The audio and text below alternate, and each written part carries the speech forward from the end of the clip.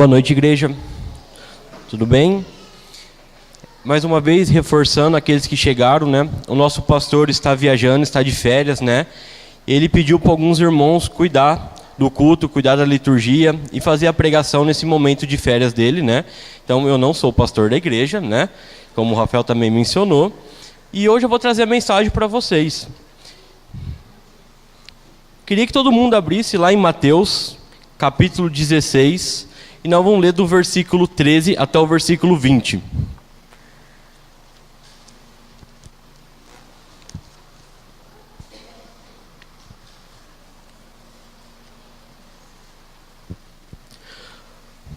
Hoje é a primeira vez que eu estou pregando, então pode ser que eu fale um pouquinho mais rápido do que o normal, por causa do nervosismo, tá? É normal. É difícil estar aqui em cima, não é fácil. Eu sou acostumado da aula, mas aqui pregar é meio difícil, é diferente, mas que Deus nos abençoe. Vamos orar para que Deus possa dar um entendimento nosso da leitura que nós vamos fazer. Nosso Pai, muito obrigado por esse culto, meu Pai. Muito obrigado por esse momento onde nós podemos aprender mais sobre o Senhor, meu Pai. Que através do Espírito Santo, o Senhor dá sabedoria, dá entendimento desse texto bíblico, meu Pai, para onde nós podemos entender a mensagem de hoje à noite, meu Pai. Muito obrigado, em nome de Jesus. Amém. Mateus, capítulo 16, versículo 13 a 20. Indo Jesus para os lados de Cesareia de Filipe, perguntou aos seus discípulos: quem diz o povo ser o Filho do Homem? E eles responderam: uns dizem ser João Batista, outro Elias, e outro Jeremias, ou algum dos profetas. Mas vós, continuou ele, quem diz eu sou? Respondendo Simão Pedro, disse: tu és o Cristo, o Filho do Deus vivo. Então Jesus lhe informou: bem-aventurados és Simão Barjonas, porque não foi carne e sangue que te revelaram, mas meu Pai que está nos céus. Também eu te digo que tu és Pedro, e sobre essa pedra edificarei a minha igreja, e as portas do inferno não prevalecerão contra ela. Dar-te-eis as chaves do reino dos céus. O que ligares na terra será ligado no céu, e o que desligares na terra será sido desligado nos céus. Então advertiu os discípulos que a ninguém disserem ser ele o Cristo. Vamos orar mais uma vez para pedir sabedoria a Deus na mensagem. Pai, acabamos de ler esse texto bíblico, meu Pai, a sua revelação que hoje nós temos chamado Bíblia, meu Pai, para nós. Que o Senhor dá sabedoria, meu Pai, para mim poder passar, meu Pai, a mensagem que eu preparei, pesquisei e estudei, meu Pai. Que o Senhor ajude através do Espírito Santo, meu Pai, os irmãos a entender essa mensagem que é importante para a nossa igreja. Muito obrigado, em nome de Jesus. Amém.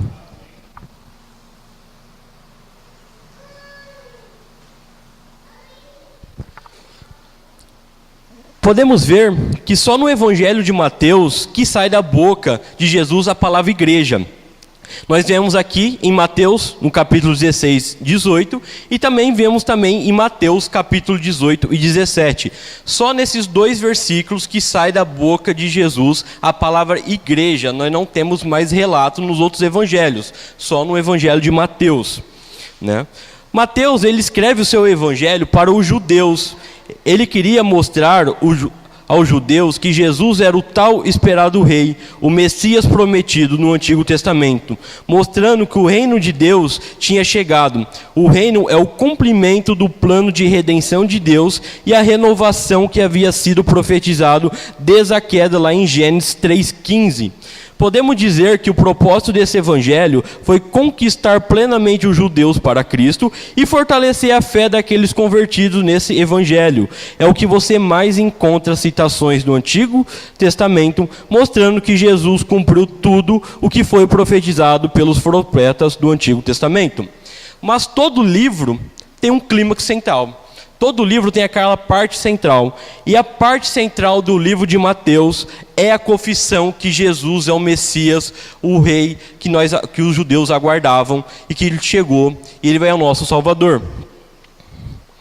A palavra igreja no grego é eclésia, que ela tem um significado como reunião de cidadãos chamados para fora dos seus lares para um lugar público, uma assembleia de pessoas. É o que nós somos aqui hoje, irmãos em nome de Cristo, reunidos para cultuar e adorar a Deus em nome de Jesus. Jonathan Lima descreve a igreja como uma embaixada do reino dos céus. A igreja não é o reino, ela é uma embaixada desse reino. Para nós entender melhor qual é o papel de uma embaixada.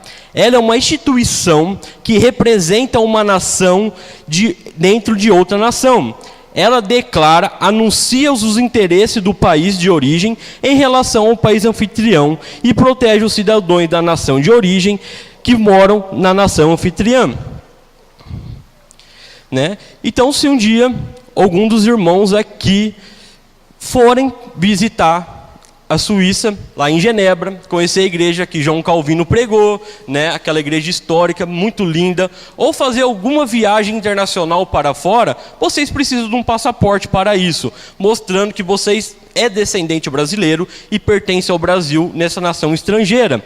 Mas, se caso vocês perder o passaporte em algum lugar, e sem esse passaporte você é uma pessoa desconhecida lá fora, porque o seu RG, o seu CPF não vale fora do Brasil, ele só vale dentro da nossa nação.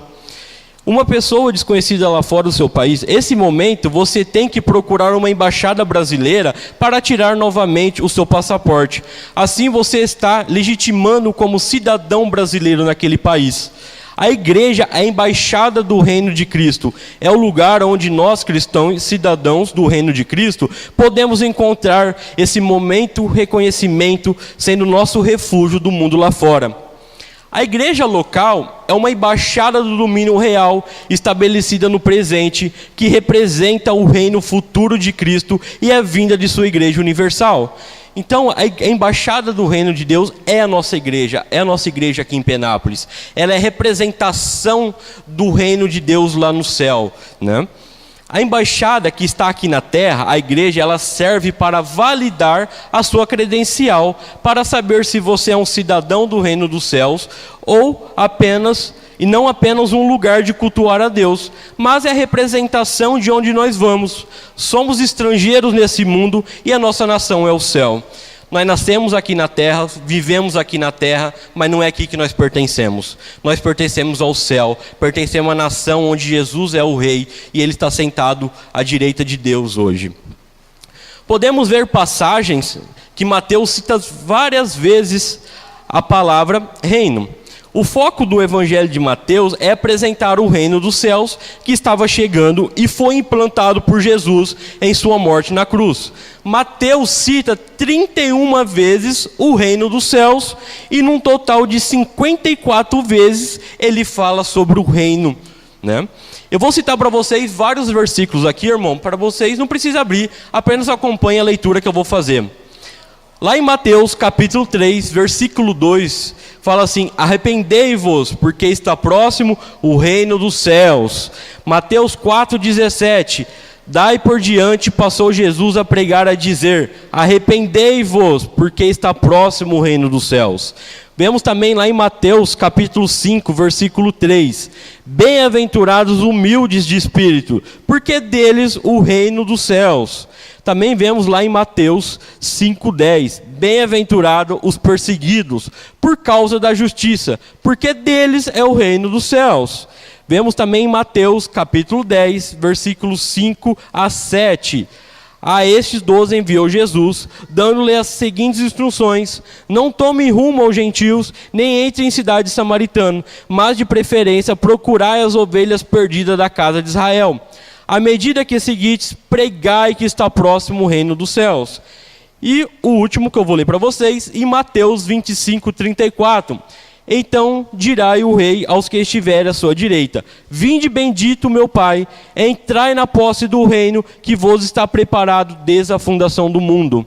Né? Podemos ver que Mateus cita muito sobre o reino dos céus. Não vou ler todos os versículos aqui para vocês, mas depois vocês podem caçar aí na Bíblia, ler o Mateus inteiro, que você vai ver que Mateus cita muito a palavra reino dos céus. No primeiro versículo de Mateus, capítulo 1, versículo 1, o apóstolo Mateus quer mostrar que Jesus é o tal rei aguardado pelos judeus. Porque ele começa a genealogia de Jesus falando que ele é filho de Davi. E depois ele volta aos ancestrais mais antigos como Abraão.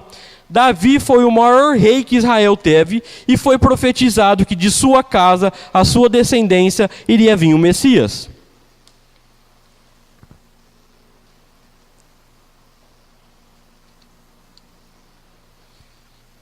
Podemos ver lá no profeta Jeremias que profetiza que iria vir um rei da casa de Davi. E esse seria justo e certo. Eu vou ler aqui para vocês o versículo na tradução da Bíblia NVT, que é uma linguagem mais fácil de compreender, principalmente o Antigo Testamento, que tem algumas palavras mais difíceis de nós entender. Em Jeremias capítulo 23, versículo 5, fala assim: pois está chegado o dia, diz o Senhor, em que levantarei um renovo, um descendente justo da linhagem do rei Davi. Ele reinará com sabedoria e fará o que é justo e certo em toda a terra. Jeremias está profetizando que havia um descendente da casa de Davi, e esse descendente era Jesus, aquele que ia reinar sobre todas as nações. Ele seria justo com todos, seria um Deus, um rei justo. Agora, vamos analisar os versículos do nosso texto base para entender se fazemos parte da embaixada de Cristo aqui na terra e se nós pertencemos ao reino dos céus. Podemos ver no versículo 13 e 14, que começa a perícope, que faz uma pergunta ao seu discípulo Jesus: quem as pessoas acham que o Filho do Homem é? E ele responde de cara: uns dizem que é João Batista, outros que é Elias, aquele que seria o precursor do Messias. Outros falam que podia ser até Jeremias ou algum profeta. Podemos ver que, na verdade, ninguém sabia quem era o Messias, o Filho do Homem. Naquele momento, quando Jesus pergunta isso, podemos ver que ninguém sabia que ele era o Filho do Deus, não sabia que ele era o Messias ainda. Já agora no versículo 15, podemos ver que Jesus pergunta para os 12 discípulos: e eu? Quem eu sou? Podemos lembrar da passagem onde Deus se revela a Moisés falando o seu nome, que tem o significado de eu sou o que sou, que tem um significado de ele é ou ele será. Isso está lá em Êxodo, capítulo 3, versículo 14, que fala assim: diz Deus a Moisés, eu sou o que sou. Disse mais: assim dirás aos filhos de Israel, eu sou, me enviou a vós outros. Aqui Deus, quando ele vai se revelar a Moisés pergunta: quando eu vou falar para eles, eu falo quem me enviou? E Deus revela o seu nome, o nome de Deus, que hoje nós não sabemos qual é o nome verdadeiro de Deus, porque era um nome impronunciável. Os judeus tinham medo de pronunciar o nome de Deus em vão e pecar contra Deus. E o significado do nome de Deus é eu sou o que sou, quer dizer, sou tudo. Jesus várias vezes utiliza a frase eu sou para se identificar. O povo judeu no dia de Jesus conhecia a revelação que Deus deu a Moisés, que acabamos de ler. O nome de Deus era tão sagrado que os judeus nunca pronunciavam. Imagine os fariseus daquela época, escutando inúmeras vezes Jesus se autodescrevendo como eu sou. Podemos ver Jesus se autodescrevendo em várias passagens bíblicas. Podemos ver lá em João, capítulo 6, versículo 35, fala assim: declarou-lhes, pois Jesus, eu sou o pão da vida, o que vem a mim jamais terá fome, e o que crê em mim jamais terá sede. Podemos ver também lá em João, capítulo 6, versículo 51, eu sou o pão vivo que desceu do céu, sem alguém dele comer, viverá eternamente. E se o pão que eu darei pela vida do mundo é a minha carne. Em João 8,12, de novo falava Jesus dizendo: eu sou a luz do mundo. Quem me segue não andará nas trevas, pelo contrário, terá a luz da vida. Podemos ver também em João capítulo 10, versículo 9. Eu sou a porta, se alguém entrar por mim, será salvo, entrará e sairá e assará a pastagem. Em João 10, 11, eu sou o bom pastor dá a vida pelas ovelhas. Em João 11, 25, disse-lhe Jesus, eu sou a ressurreição e a vida, quem crê em mim, ainda que morrerá, viverá. Podemos ver todas essas passagens que eu citei para vocês do livro de João, que Jesus se identifica como eu sou, sempre falando, eu sou a luz do mundo, Eu sou a porta, eu sou a esperança, eu sou o pão da vida, eu sou a ressurreição. Jesus se identifica como o Pai, que Ele é um só. E como Deus, Jesus e Espírito Santo, eles são um. Eles é o eu sou. Jesus está perguntando a seu discípulo: quem sou eu para vocês? E por que eu estou aqui?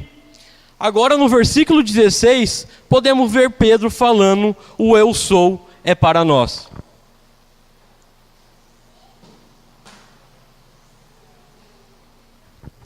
Pedro, aqui representando os demais, e confessa que Jesus é o Cristo do Filho do Deus vivo. Aquele que foi prometido que tiraria o pecado do mundo. Aquele que venceria a morte e pisaria na serpente.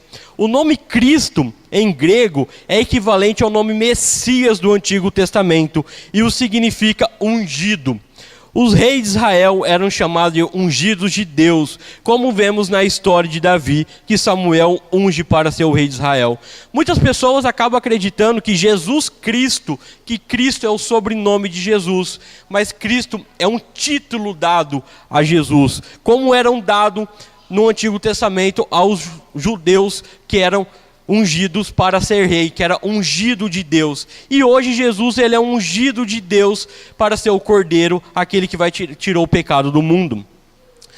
No versículo 17, Jesus afirma que grande privilégio que teve Simão Bar-Jonas, que era o nome de Pedro, o filho de Jonas. Jesus o chama pelo nome e sobrenome, mostrando com ênfase que sua confissão é verdadeira.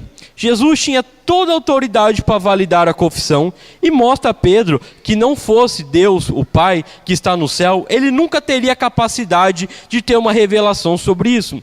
Nós somos dependentes de Deus para tudo. Quando escutamos o Evangelho, ele nos cura de uma cegueira espiritual e deixa nós enxergar o reino dos céus.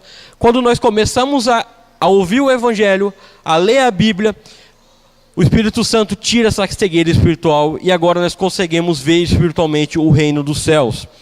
Hoje aqui na terra nós vamos aprender que Ele é a igreja, a representação do reino de Deus lá no céu. O Evangelho não é simplesmente um texto que você lê e entende por conta própria. Sem a ajuda do Espírito Santo, não somos capazes de compreender sozinho. O Evangelho não foi escrito apenas para nós entender a história de Jesus, mas sim para transformar nós em cidadão do reino dos céus.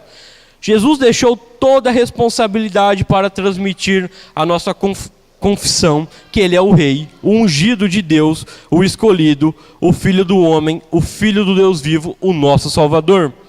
Nós nunca vamos fazer uma confissão verdadeira se não conhecer Jesus de verdade, porque toda confissão de fé verdadeira é aquela que procede do verdadeiro conhecimento de Jesus.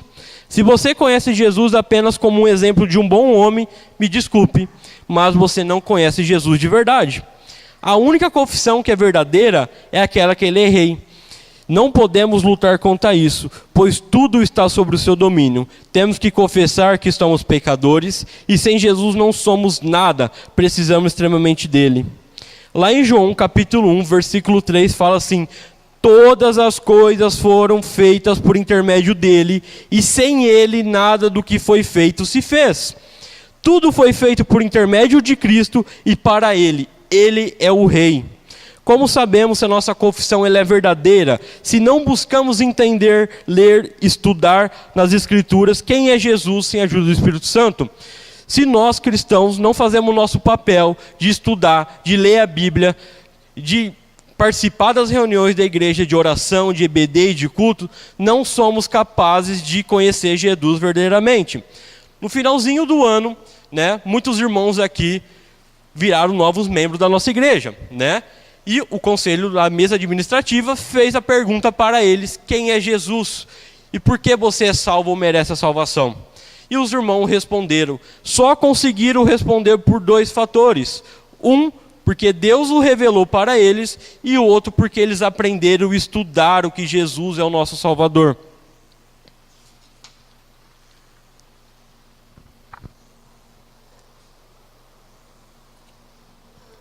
Os irmãos estão entendendo? Já agora no versículo 18, Jesus edifica a sua igreja. Jesus mostra qual é o pilar de edificação e qual é a pedra. Mas que pedra é essa? Podemos ver que Jesus diz que tu é Pedro, e sobre essa pedra edificarei a minha igreja. Mas a igreja será edificada em cima do quê? Temos aqui, eu vou falar para vocês, 3 interpretações discutidas pelos estudiosos desde o começo da história dessa tal pedra. Só a quarta entendimento que eu vou falar para vocês é o que faz mais sentido para nós interpretar. Muitos de vocês pode ser que já escutou alguém ou até mesmo entende de alguma dessas formas que eu vou falar, mas vamos conhecer elas. A primeira interpretação sobre a pedra, que Jesus estava fazendo um trocadilho de palavras, porque o nome Pedro em grego é Petros, que significa rocha ou pedra. E pedra em grego é Petra. A frase sobre essa pedra é, portanto, um trocadilho com o nome de Pedro. Então, com esse entendimento, Pedro era a pedra fundamental, uma vez que foi o primeiro a confessar que Jesus como Cristo e também foi o líder dos apóstolos. A Igreja Católica Apostólica Romana utiliza essa interpretação para justificar que Pedro seria o primeiro papa da igreja, pois foi ele que Jesus deu as chaves. Agora nós temos a segunda interpretação, que Jesus seria a pedra de fundação da igreja, como se Jesus estaria fazendo uma pegadinha com Pedro. Ele fala, tu é Pedro sobre essa pedra, mas não é você, e mas sim eu. Temos agora a terceira interpretação. Os protestantes tradicionais entendem que a pedra que Jesus menciona, que é a fundação da igreja, não é nem Pedro e nem Jesus, mas a confissão que Pedro fez. Jesus queria dizer que sobre a confissão de Pedro, que a igreja seria edificada. Isso faz todo sentido entender essa terceira interpretação, que a igreja de Jesus seria edificada pela confissão de Pedro, que Jesus é o Filho de Deus vivo. Mas podemos ter uma quarta interpretação que faz muito mais sentido para nós entender o texto. Gostaria que os irmãos pudessem prestar atenção nesse momento, porque aqui é o clímax da discussão sobre a edificação da igreja, sobre a embaixada do reino de Deus. Muitos teólogos têm debatido por muito tempo se essa pedra era Pedro, se era a sua confissão. Mas na verdade podemos chegar a uma conclusão que a pedra na verdade é tanto Pedro como a sua confissão juntas. A confissão não pode ser separada de Pedro e nem Pedro separado de sua confissão. Jesus construirá a sua igreja não sobre apenas de palavras, mas nem sobre pessoas, mas edificará a sua igreja em cima de pessoas que creem, confessam as palavras do Evangelho. Jesus construiu a sua igreja sobre aqueles que reconhecem que Ele é o seu Senhor e Salvador, o Filho do Deus vivo.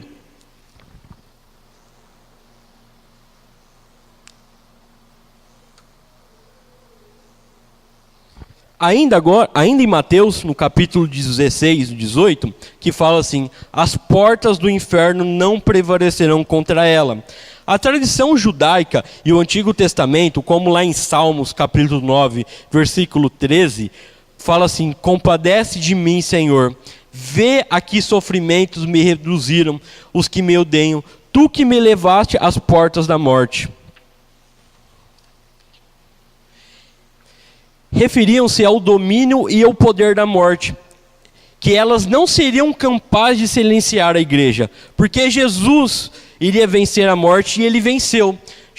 A morte é o último inimigo que Jesus colocou debaixo dos seus pés, é a morte. Jesus vence a morte e agora ele reina sobre a morte, sobre os céus e o inferno, porque ele é o rei de tudo.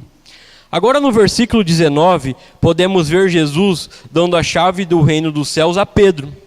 Jesus usa essa metáfora, chaves, pois os rabinos naquela época tinham autoridade para interpretar as escrituras e definir o que era certo ou errado, se a interpretação era verdadeira ou era falsa. As chaves representam autoridades que foi passada a Pedro e aos demais apóstolos. Podemos ver também lá em Mateus 28, 18, que Jesus tem toda a autoridade e ele passa toda essa autoridade à igreja agora. A igreja, seus membros, têm toda a autoridade de ver se uma confissão é verdadeira ou não. A chave foi dada a Pedro, que representa os apóstolos, e assim foi passado até nós essa autoridade, né? E a autoridade de perguntar quem é Jesus, quem é o eu sou, e ver se essa confissão é verdadeira. Temos essa autoridade de fazer o que Jesus fez com Pedro, perguntar. Atuamos como representantes públicos de Deus na terra, legitimando tanto as confissões do evangelho verdadeiro, quanto aqueles que confessam que Jesus é o Salvador. Podemos ver Jesus dizendo a Pedro: faça com as pessoas o que eu fiz com você. Pergunte quem sou eu para elas, e vê se a sua confissão ela é verdadeira. Agora você tem a chave do reino dos céus, tem toda a autoridade de certificar se ela é verdadeira ou não a confissão. Jesus basicamente deu aos apóstolos esse tipo de autoridade. A autoridade de olhar nos olhos daqueles que confessam, de avaliar a confissão que fazem, de analisar a vida de cada um deles e de anunciar um julgamento legítimo em nome do céu. Se tal confissão ela é correta, esse indivíduo que confessa é sincero. Em outras palavras, os apóstolos tinham autoridade do céu para declarar quem é um cidadão do reino dos céus na terra e, portanto, que representa o céu. Hoje essa autoridade ela foi passada para a igreja, foi passada para nós. Já no último versículo, no versículo 20, Jesus pede para os seus discípulos que ainda não anunciem que ele era Cristo para as pessoas, pois ainda não tinha chegado a hora para isso. Muitas coisas teriam que acontecer porque estava profetizado pelo profeta. Jesus pede para os seus discípulos não contar ainda para as pessoas que ele é Cristo, porque muitas coisas teriam que acontecer até a sua morte da cruz. Muitas coisas teriam que acontecer que os profetas do Antigo Testamento profetizou. Então Jesus não podia correr o risco de morrer antes do tempo. Aplicando o que nós aprendemos até agora, o reino dos céus é para todos os homens, mas não todos os homens. Apenas aqueles que confessam que Jesus é o Messias, o Filho do Deus vivo, o nosso Salvador e Senhor, que só através dele podemos alcançar a salvação e ser redimido dos nossos pecados e se tornar justo perante o Deus Pai. Você precisa ser membro confessante. Precisamos de pessoas que confessem a Jesus. Estamos montando uma embaixada do céu aqui em Penápolis. Precisamos um dos outros para levar o evangelho aos estrangeiros, aqueles que não conhecem a Cristo, para que através de suas confissões, quer dizer, as nossas confissões, eles se tornem novos cidadãos, membros e irmãos no reino dos céus. Membresia é a sociedade daqueles homens que foi transformado pelo Evangelho, e não foram os melhores homens, nem as melhores pessoas. Foram aqueles que ouviram a palavra de Deus com toda a sua vida e mudaram o seu caráter de viver. A igreja é para quem ouve a palavra do rei. E nós precisamos de pessoas que ouvem a palavra do rei para fundar a nossa embaixada aqui em Penápolis do Reino do Céu. Como o Rafael falou, nós já ganhamos o terreno. Hoje nós temos o endereço onde é a nossa igreja. Aqui a igreja é alugada, esse templo, esse barracão. Mas hoje nós vamos ter um endereço físico esse ano, onde nós vamos chamar de nosso lar, nossa casa, a embaixada, a representação do reino dos céus aqui na terra. Mas nós precisamos de cada um aqui. Nós precisamos que cada um nos ajude a construir essa embaixada. Como o irmão Paulo falou, temos que sonhar com o que nós queremos para a nossa igreja, Não sonhar com um prédio físico, mas sim sonhar com o que nós devemos fazer com a igreja, não deixar a igreja fechada a semana inteira. Nós precisamos de pessoas que querem trabalhar para o reino dos céus, precisamos de pessoas que querem ajudar, querem evangelizar, que através da sua confissão, outras pessoas vão conhecer Jesus de verdade, e eles vão confessar que Jesus é o Salvador, é o Rei delas. Para nós concluir agora, já estamos no finalzinho, Uma igreja local é um grupo de cristãos que se reúne regularmente em nome de Cristo para confirmar e supervisionar legitimamente a participação um dos outros em Cristo Jesus, em seu reino, mediante a pregação do Evangelho e a prática de suas ordenanças. Congregar-se é importante por inúmeras razões. Uma delas é que ao nos reunirmos, nós cristãos, vamos a público declarar o nosso comprometimento. A reunião cristã é o posto avançado ou a embaixada que dá feição pública ao nosso rei, ou que nós chamamos de adoração no nosso ato. Por meio do batismo e da ceia do Senhor, a igreja veste a bandeira e veste o exercício com o uniforme da nossa nação, tornando-nos visíveis. Receber a ceia do Senhor é proclamar a sua morte e nos participar do seu corpo, Jesus, que morreu na cruz por nós. Deus quer que seu povo seja conhecido e separado. Ele quer demarcar uma linha entre a igreja e o mundo lá fora. O que é a igreja local? É a instituição que Jesus criou e autorizou para proclamar o evangelho do reino, confirmar os mestres do evangelho, supervisionar o seu discipulado e expor os pastores lá fora. Se você não faz parte da igreja, você não tem como fazer parte do reino dos céus. Não tem como você fazer parte de uma nação se você não faz parte da embaixada. Se hoje nós, como eu falei aqui para vocês, a nossa nação não é aqui a terra, e sim o céu. Como nós vamos para o céu se nós não fazemos parte da embaixada, onde nós estamos aqui e somos estrangeiros? O que é um membro da igreja? É alguém que entra pelas portas da embaixada afirmando pertencer ao reino de Cristo. Esse alguém entra na embaixada e fala assim: meu nome é cristão.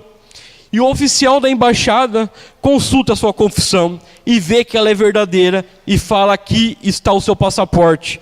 Você pertence a esse lugar, aqui representa o seu lar e chamamos de igreja. O indivíduo agora pode desfrutar de muitos direitos, benefícios e obrigações da cidadania.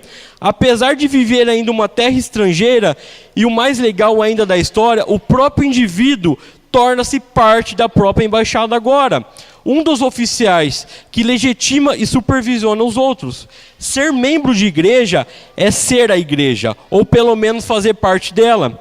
Um membro de igreja, consequentemente, é alguém que formalmente é reconhecido como cristão, faz parte do corpo universal de Cristo. Isso não quer dizer que a igreja sempre acerta, mas é o seu trabalho identificar, legitimar quem pertence e quem não pertence ao reino dos céus. O lugar que vamos depois da nossa morte é o nosso lar. É aqui apenas uma representação de lá de cima. E para finalizar aqui a pregação, eu pergunto para vocês, termino essa noite perguntando: o que representa para você ser um cristão?